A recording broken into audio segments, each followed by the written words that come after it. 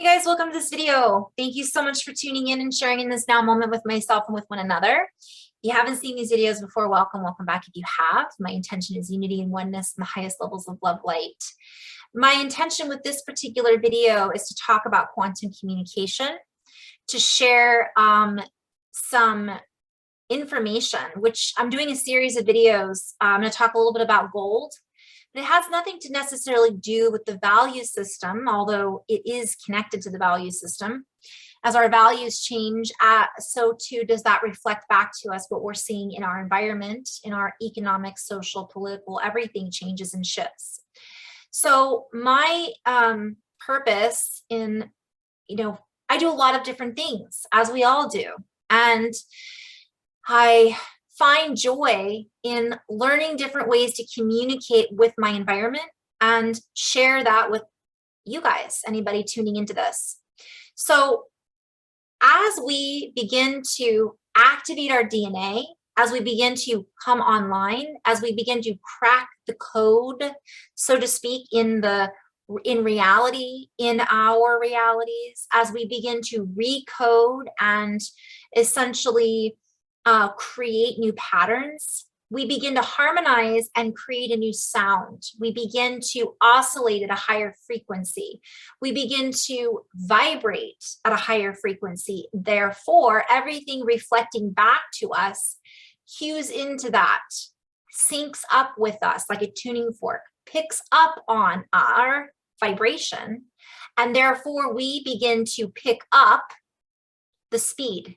We begin to speed up time, and we're starting to see this reflect back to us. I think there was a whole 1 second that was shaved off of time, so to speak. We begin to harmonize at a different oscillation, right? We begin to oscillate and we begin to play a new game, play a new sound, play a new song, and learn new things. So essentially what I've been shown is that our universe, you in the verse, is constantly communicating with us as we are constantly communicating with it. Where attention goes, energy flows. More and more people are sharing their synchronicities.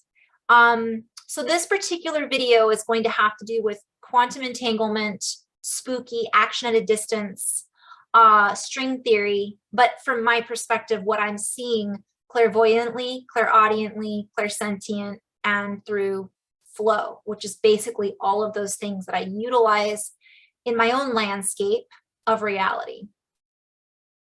And I'm sharing it back with you.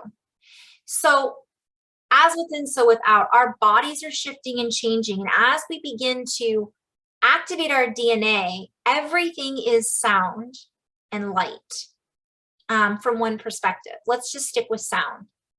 Everything has a vibratory rate, which is sound. It has a signature. And so we're creating new signatures. And as we do that, we begin to spark off of each other. We begin to spark and light up our field of awareness. And so part of my intention is to share different ways that we can utilize these extrasensory adaptability abilities that are coming online to learn more, to grow more, and to open more to more of what we are and who we are and what we're capable of, and recognize that we are capacitors. We have a higher capacity for electrical exchange. The information that we have been, let us say, habitually tuned into through certain synchronization and connection points of reference to an old harmonic and an old sound has served us and serves us no longer in the same way. And this is a play on words. So we're being called by a deeper internal voice that keeps saying, remember, Let's play. There's more to this. Hence why we continually want to grow and learn new things and meet new people and have new life experiences. So essentially what I was shown, and I'm going to do my best to linearize this, but when we're talking about quantum communication and we think of action at a distance, everything that we are doing has a ripple effect. If we throw a pebble on the water, it ripples out, right? And if we think of that as energy, energy never ends, it's infinite. So it goes out and out and out, and it just keeps going. And so I'll be talking briefly about elements in reference to gold. Well, I'll just roll right into it. All kinds of things. So our bodies are, let's say, becoming more accustomed or attuned to a higher frequency. We're having a lot of solar activity. We're having earth changes in addition to the natural evolutionary process. And what many of us in the aware community, we could call it awakened, spiritual, whatever we want to label it as, I'm going to call it aware.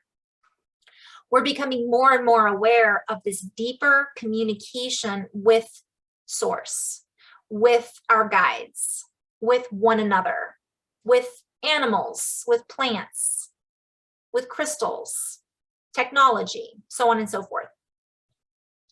And so as we begin to realize that we're growing or expanding, so too does our way in which we communicate have to grow and expand. And what I've been shown is we're not really learning anything new. We're just remembering what we forgot, or we're beginning to activate what was already inside of us, but it feels new. And because it feels new, it gives us the opportunity or allows us to have a certain experience in this reality, in this lifetime, so that we can know thyself and then start all over again and know thyself, because we are essentially continually knowing thyself. We're learning more about who we are, which is changing because we are always growing. So it's going to be one of those videos. So what happens is we begin to have all of these synchronicities happen, which I always refer back to the Einstein spooky, action at a distance, ripple in the pond. When I have my attention is going somewhere, my energy goes out there like a ripple, and then it pings like sonar back to me and brings me into alignment with what it is that I am perhaps focusing on. And it may not even be consciously focusing on it, although I try to be more conscientious or conscious of that now, but it could just be where my electricity or my vibration was at. Something pings back into my reality to show me where my focus was. And we are getting more and more of that. And that is a constant form of communication. And we then become more clear conduits of electrical impulses. We begin to activate this so much. We begin to stimulate a glandular opening, and everything inside of us then begins to hum. We begin to hear the sound behind the sound, see the words in between the lines, see with eyes to see, hear with ears to hear. And because we're not used to doing that on an everyday, habitual way, we've been, whatever we want to label it as, we could say we've been corralled into habit patterns to support an old system based off of a hierarchy of fill in the blanks. We're moving out of that and into a completely different framework. So everything kind of feels wonky right now, including what's going on in our bodies, including what we're seeing. And I want to just go back to we're seeing things in our environment that are reflecting this back to us. And most of this video, we're going to be talking a lot about fascia, but on an esoteric sense. And I'm just going to roll right into it because I have so much more to go into, but to linearize it is challenging. I'm going to invite you to feel into some of what I'm saying if it doesn't necessarily make sense. People have said to me, what you're saying doesn't make sense to me. So I'm going to share the linearization of what I'm saying. And in doing that, my intention is to share how I communicate with my environment, my body, and other people's energy fields. This is part of what leads me to being able to assist people in healing. And I want to talk a little bit about Loosh. Boy, we're just going for it. In cranial sacral therapy, for example, they talk about energy cysts. And what happens is, when we do energy work, so for those of you out there who have either had energy work done, whatever form that looks like, whether it be through technology, through a conduit like myself or another individual, through a group of conduits, through the earth, through crystals, through herbs, whatever medium we're using to facilitate a change, a charge, or alchemy within the body. I'm going to call that energy work. Reiki, color, light therapy, whatever it might be. It changes the oscillation of the vibration, and it brings us into an alchemization or transmuting or movement. And it moves a charge through the stagnation that was the blockage. And I'm using cranial sacral because it's such a great practice. As an example, they talk about an energy cyst. So if you fall and you hit your elbow isn't the only thing in theory and realistically that's hurt. You might feel that you have pain in your forearm and the shoulder later on because that energy hits, and the lines, and I can't remember what they're called right now, but the lines of energy, the ripples, move out into the body and then get stuck. Now, theoretically, energy never dies. And I think it's the theory of, we'll find it in here. I've referenced it briefly. It has to go somewhere. But if it has nowhere to go because the energy it's too dense, or it becomes lodged, stuck, coagulates, unmovable, it's still there. And it then manifests in the form of pain, discomfort, leaky charges, whatever we want to label it as. This can be emotional trauma. Oftentimes, if you have someone go into a hypnosis to get over their fear of spiders, let's say, because maybe they have that memory embedded in their DNA, or when they were a kid, a spider bit them and they got really sick, or it scared them, they saw a movie, whatever the reason is, it's there. It's an energy represented by a spider that then triggers emotions. Those emotions, or the attachment to the picture of whatever we want to call it, that cellular memory, holds a charge that is now stuck and is triggered, and then puts us into a loop, an electrical current.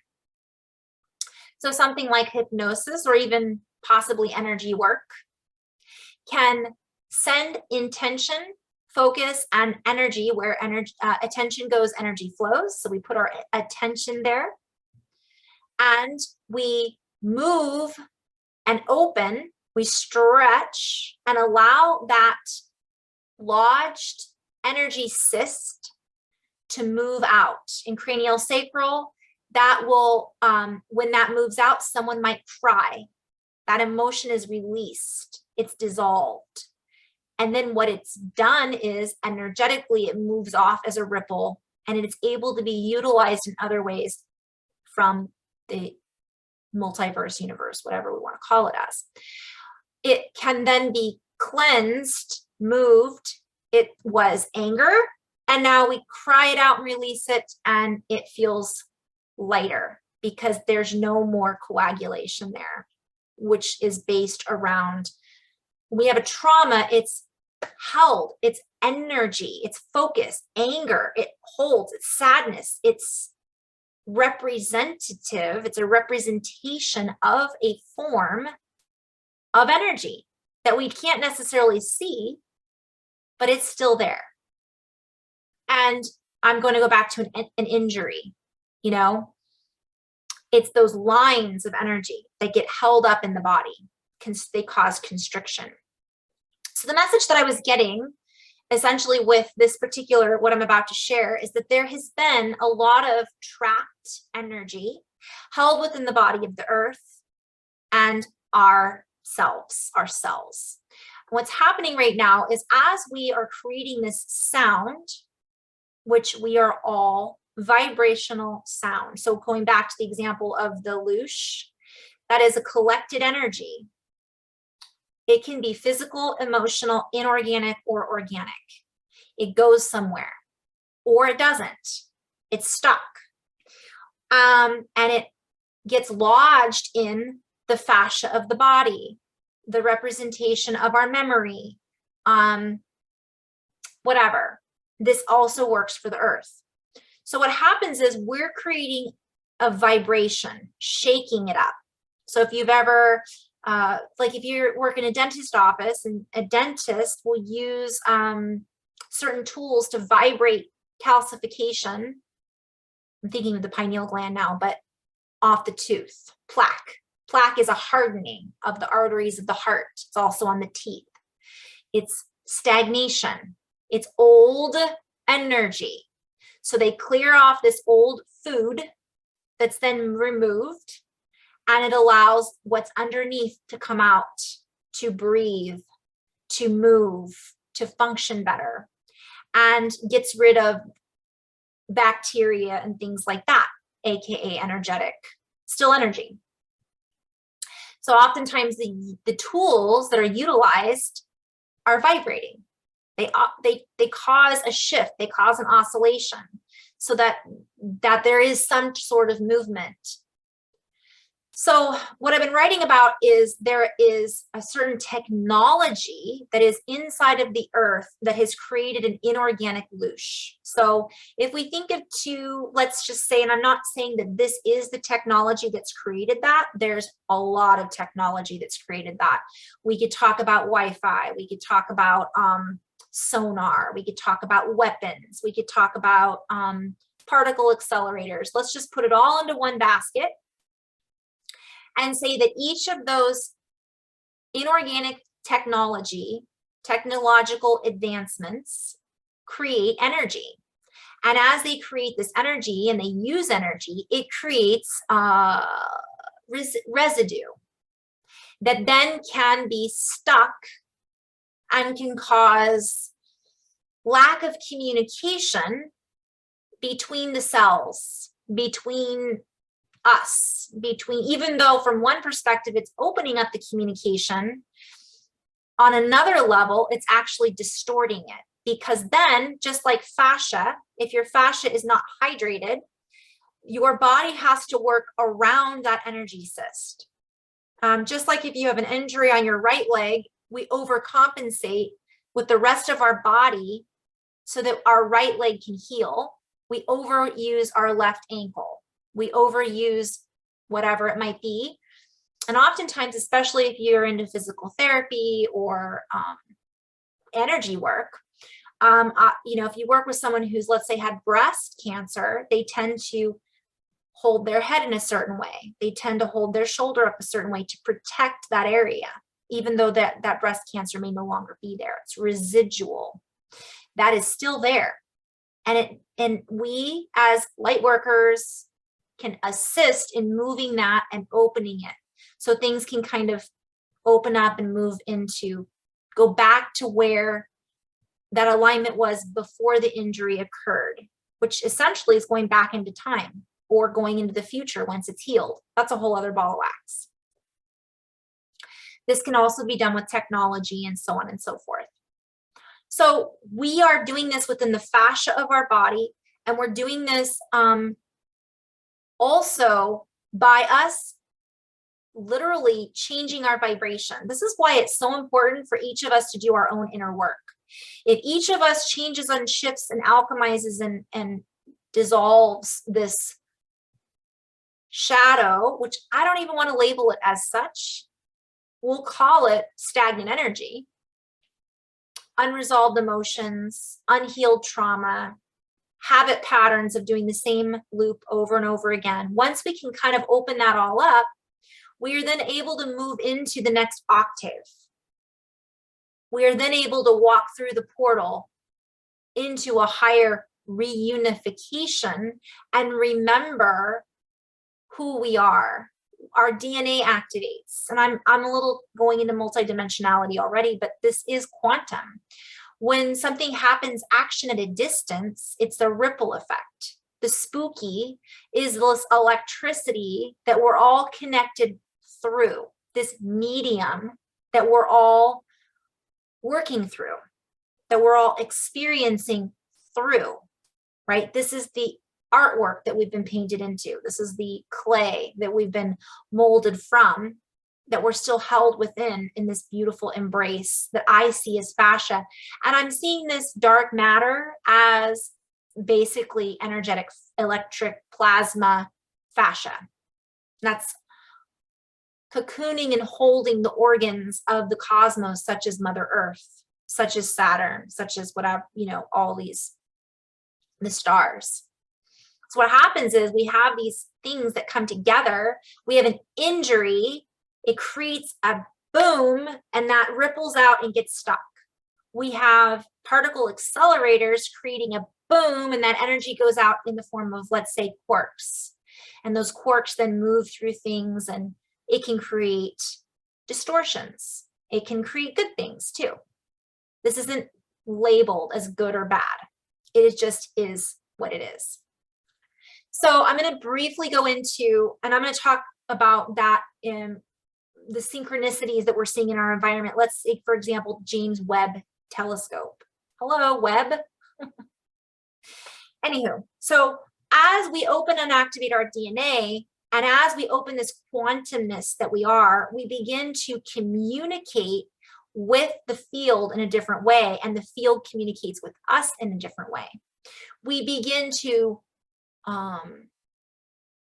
dial into other channels that were previously blocked or previously had distortions around it, so we couldn't quite get to it because of all of the scar tissue, we'll say. So when we begin to activate in this way, we're all learning how to communicate with our bodies, with the environment. We're learning, again, we're communicating with animals, crystals, plants, all of these things that are all held within this construct of fascia, of matter, of membranes, of cells, of quarks, of energy, electricity, then are stimulated in a different way, and it becomes a different resonance. So that's my little intro to what I'm about to go into in this series of videos. I already did part 1 video, which was about, I called it gold, and I just talked about the synchronicity that inspired me to go deeper into this. So I invite you to go back and watch video number 1 and 2. The one I just did before this, I would highly recommend, because I read a quantum way of communicating that I share with you guys and the universe. I'm going to continue with that a little bit, but I'm going to actually go really deep into what this means from my perspective. So briefly, I'll just share, to go back into this, what I had written. I'm not going to read the whole thing. Again, you'll have to go back and read the other one to see what it is. I'm just going to kind of go into, I spoke about a narrow-minded gap that is closing somewhat. This is a play on words. This has to do with an electrical conduit. That we had this big gap, and I was seeing fascia. So I'm just going to show you, for those of you who don't know, I said this in the last video, but again, I'm going to invite you to really look at what this looks like, and you can skip this part if you've already seen it or you already know what it looks like. Oops, I didn't pull it up. We'll get this right one of these days. So I'm sharing screen. Fascia is a thin casing of connective tissue that surrounds and holds every organ, blood vessel, bone, nerve fiber, and muscle in place. The tissue does more than provide internal structure. It has nerves that make it almost as sensitive as skin. When stressed, it tightens up. So it talks about pain might actually be your fascia, and it can be lack of hydration. Again, that's a whole other video. But what I want to show are the images of fascia. It's wrapped around everything. There's layers of fascia. It's not just one layer. It's connective tissue, and it looks like this. So this is a spider web, and it's really cool. We are webs. We are giant spiders, creator beings, infinite, walking around in our own web. We create our own web on a whole other layer. And I'll go into this later, but this actually carries with it. I like this other picture as well. See how it's a sinewy, dewy? It's supposed to be hydrated. And that allows electricity to move through it. And it's a conduit, it's a connector. When something happens up here in your brain, it sends a signal down to your toe immediately, right? And that's carried through the fascia from one perspective. I also wanted to show briefly what it looks like from my perspective in the universe. This is an example of nebula, a supernova remnant. Now, supernova, if you look at this, is the structure resulting from the explosion of a star. And the supernova remnant is bounded by an expanding shock wave and consists of ejected material expanding from the explosion. Think about what our sun is doing right now. Think about the stuff, the plasma that's being pushed out of the sun or ejected or expelled. It sweeps up, and we'll go into that later, but I love that picture. That to me is fascia, but it looks like that. Okay, but this whole line, this shape, is held inside of something, a cocoon of something that scientists refer to as dark matter. I see it as an electrical plasma membrane that is literally the body of the cosmos. And it's holding, to a certain extent, through electricity or toroidal fields or whatever we want to, it's holding the stars. It's holding all of this, and it's giving it the medium in which to explode and come together. And a nebula is a cloud of heated and ionized gas. And this is an example of dust in the constellation of Cygnus. So when I write about dust, this is what I'm writing about from one perspective.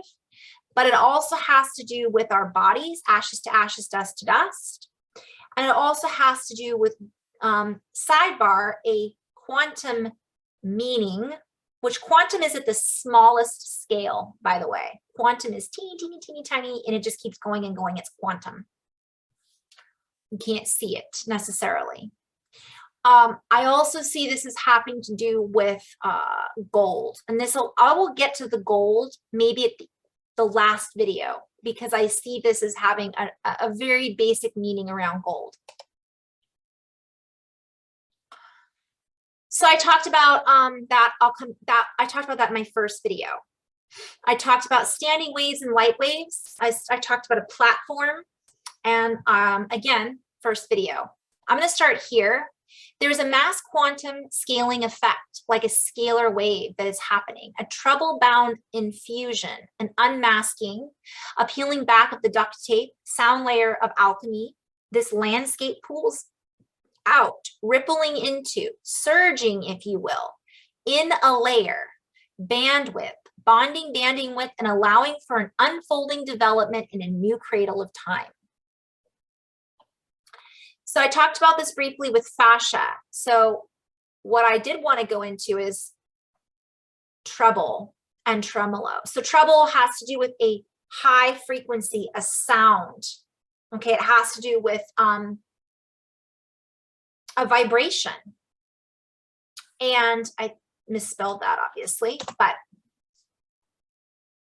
I also mention in the next paragraph tremolo, and we'll come back to that in just a minute. So if you picture a cradle of time, it allows for an unfolding development in a cradle of time. Well, what does that mean? Well, actually, there is a literal thing in Newton's cradle of time. So this is what is referred to as a cradle in motion. So here's the cradle, which is strings from a shape which would remind me of perhaps a crystal lattice work, a particular structure with spheres hanging from it. And this has to do, this device demonstrates the conservation of momentum, right? And the conservation, and now what do they always say? Our universe is expanding. Conservation of energy states the total energy, sorry. That's a sphere. Now, for those of you who have this spherical Earth, that's what it looks like. Conservation of energy states that the total energy of an isolated system remains constant. Energy can neither be created nor destroyed. So this goes back to Lelouch. Lelouch from, let's say, a battlefield, there's a lot of trauma that is expelled in that area. Therefore, that plasma can sometimes get stuck, hence stuck ghosts, right? And I went a little esoteric there, but it's not esoteric. I mean, it is, everything's esoteric. It's science, right? So if energy cannot be created or destroyed, all right, and it talks about transmitting a force through the stationary spheres, which nothing is stationary. So that in itself, I see as maybe needing to be a little bit more defined, that pushes the last sphere upward. So whatever's on the ends gets pushed up and out. We'll come back to that. What is also interesting, it is also known as Newton's pendulum. My favorite, Newton's balls, Newton's rocker, or executive ball clicker. We could go into a lot of layers, but this is kind of fun. Since the device makes a click each time the balls collide, they do repeatedly in a steady rhythm. Timing, sound, undulation. So there's an unfolding development because of this surge of energy from one perspective, which is happening inside of our bodies, in a layer and a bandwidth inside the fascia. It ripples out, and the duct tape is it's unmasking it. So I'm just going to play with that just for a second. So ductility is a mechanical property. Now let me just go backwards. I was writing in here duct tape. I was saying masking tape, duct tape. Now, from my perspective, that's a double meaning. What was holding things together is being peeled back. So we're seeing what's underneath the masking tape, the mask that's been hiding things. Let's think about what's happening in our reality right now. We're learning about new mathematics. We've got new technology.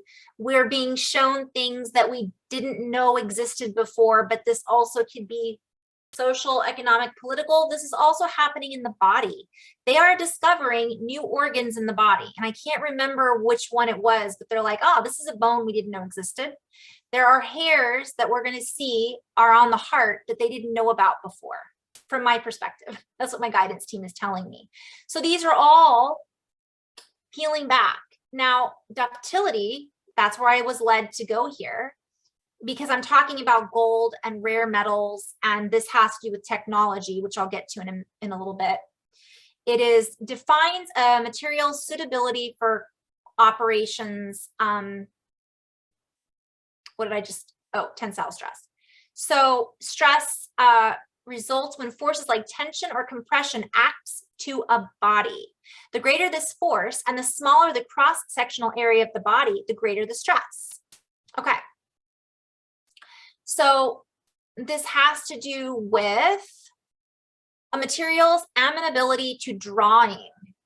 It's defined by the degree to which a material can sustain the deformation under stress. And if you look at that, it's talks about changing the shape, the position, and the displacement. So that's a whole other video in itself, because displacement and the change of the shape, the alchemy, right, to keep it simple, everything. So I'm seeing this gets hit, it expands, opens, and it changes the shape of what it was. And what is it? Well, we're going to get to that later.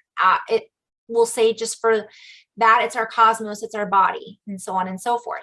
So this duct tape, this ductile, the sound layer of alchemy pulls out.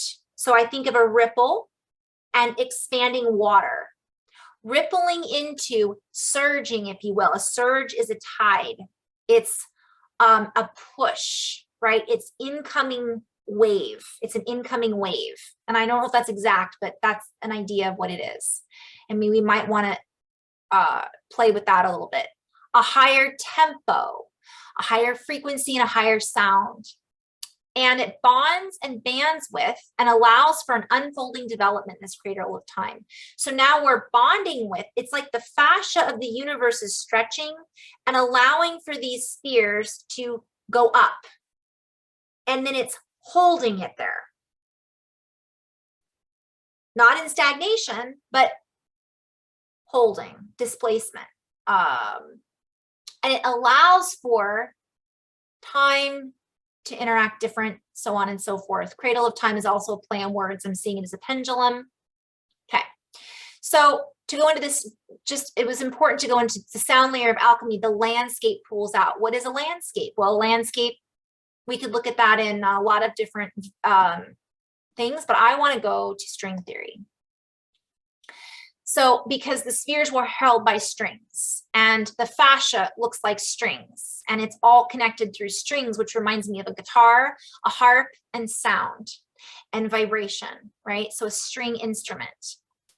This is what I was led to. Isn't that beautiful? I've been led to this before in other, and later on in this writing, I will bring up manifold. That was also relevant. I bring that up as well. So we'll come back to that later, but isn't that cool? Here's planes, here's portals, here's layers, an infinite number of swirly gumdrops. Okay. So that pulls out. So that means this portal that was over here is now going to be over here and is now going to be over here. And the shape might change slightly and the ripple might change the vibration slightly. This is also reference to our DNA, but that's a whole other ball of wax we'll come back to in just a moment. So that landscape, oops, where was I? I guess I clicked on that manifold, which we'll get into. I want to do a whole thing on just this. I think I already did, but so this has to do with our brain, by the way. That kind of reminded me of a brain. The string theory landscape of vacua refers to the collection of possible false vacua. That to me takes me into a whole other spin. But I like this because it says it's a hypothetical vacuum that is stable, but not in the most stable possible. That kind of reminds me of metal, and it kind of reminds me of electricity. And it could last for a very long time, but eventually decay. So when I think of decay, I think of loosh again. Cleaning out this loosh, this decay, radioactive decay, but could eventually decay to the more stable state, which is really interesting to me. How can something that was decaying become more stable? But I see that as relevant. And this event known as false vacuum decay. So we'll come back to that. I also thought it was, so together, this comprises these vacuums and strings and I don't even know if it talks about electricity, but that's important, is a collective landscape. This is what I love about this sentence, of choices of parameters governing compactifications, which is a changing theory with respect to one of its space-time dimensions. So if we're in a particular dimension, then wouldn't that mean that it changes the whole theory about this particular dimension and how it operates and what it consists of? Instead of having a theory with this dimension being infinite, one changes the theory so that the dimension has a finite length, and it may also be periodic, hence time. So just that sentence in itself just put me into a completely different spin. So that's what this is happening. This is a sound layer landscape. That's creating a sound. And I'm not going to go back into that just yet. So this gives us a new development, and it holds this cradle of time differently in relationship to the dimension that we're existing within, that maybe we've moved up into. This cradle of time holds the body, the earth body, in a cocoon, in a wrap, if you will. And that's even a play on words. That's a wrap. That's the end, not in a negative way. It's the end of one era. Error.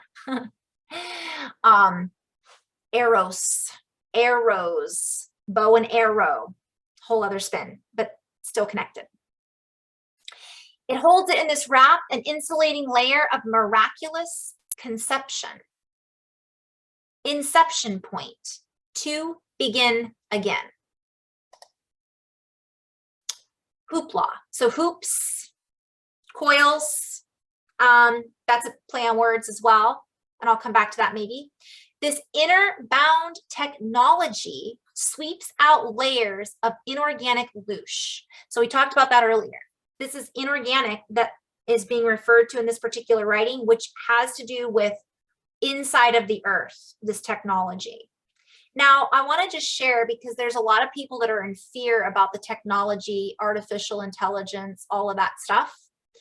And essentially, there's also technology that has been activated within the earth that is from the future. That's a whole other ball of wax, but let's just bear with me for just a moment. Well, we'll go into that maybe another time. But what's happened is, let's say crystals have been under the, if we think that technology has a lot of negatives, what about the positives is all I'm saying. So this is sweeping out because we've activated, so has it. And inorganic can also be, so for example, I wanted to just share the metal that I'm going to talk about later. One of the creations was created, it's an inorganic metal. But the only reason it's inorganic is because it's found, and this is my own interpretation, I could be mistaken here, it's found inside of another metal. So in order for it to be extracted, it has to be pulled out of that metal, which makes it then somehow they call it inorganic because of that reason. So I have a feeling that's part of what this is being. But I'm also seeing a reference to things that have been put here from our galactic brothers and sisters, or from the future versions of us, or from our ancestors that were created to assist in clearing the earth of the distortions and the particles decay.